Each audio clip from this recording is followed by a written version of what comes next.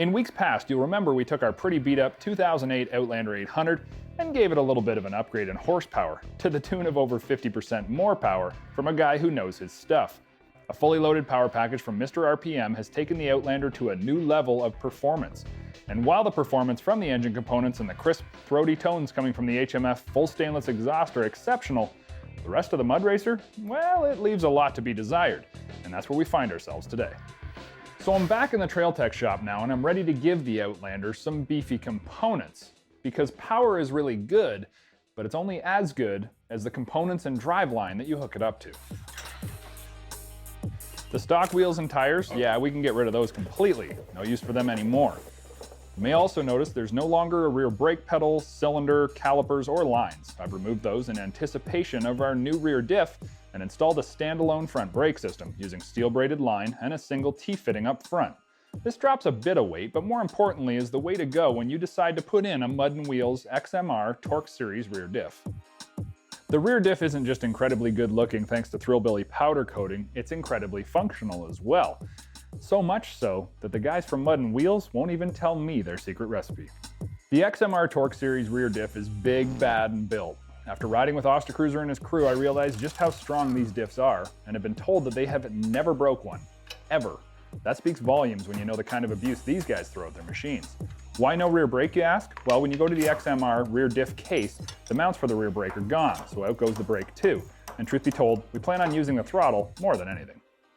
Now at the same time as installing the rear diff, I'm going to add a little bit of a beef up to the rear diff mounting locations, and I did that with help from my friends at Rubber Down Customs. This is the Rubber Down Customs rear diff brace for the Gen 1 Outlanders. When you put all that horsepower into a super built and incredibly strong diff like the XMR Torque Series, the next obvious issue is the actual mounting location.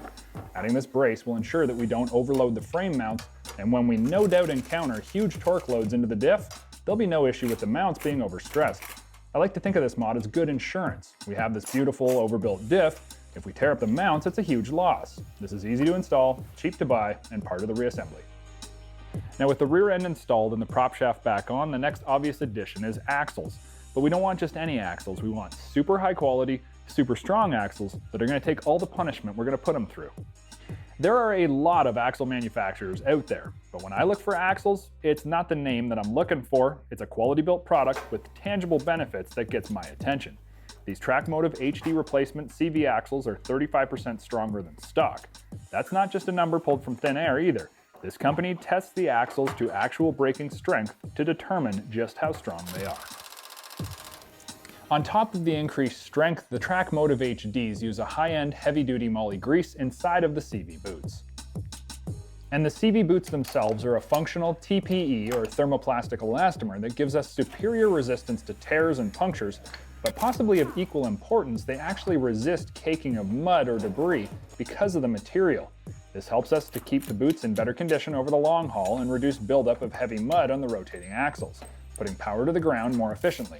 Another functional feature is the increased 5-degree angle these axles will work at, even when under abusive power and harsh conditions, keeping your wheels turning smoother, longer, and in harsher conditions.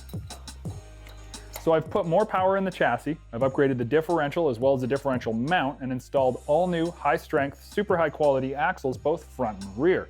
And after talking with professionals like Ostercruiser and Robert Parker, I think we've come to a point where we've got some pretty solid bones in this vehicle. So make sure you stay tuned to future episodes of Dirt Trax, where the mud racing build will continue. This segment is just the start for you. Click the subscribe button and become part of the Dirt Trax Nation, where you'll have access to tons of great content from all of the years past of our great stories, trail techs, and test rides.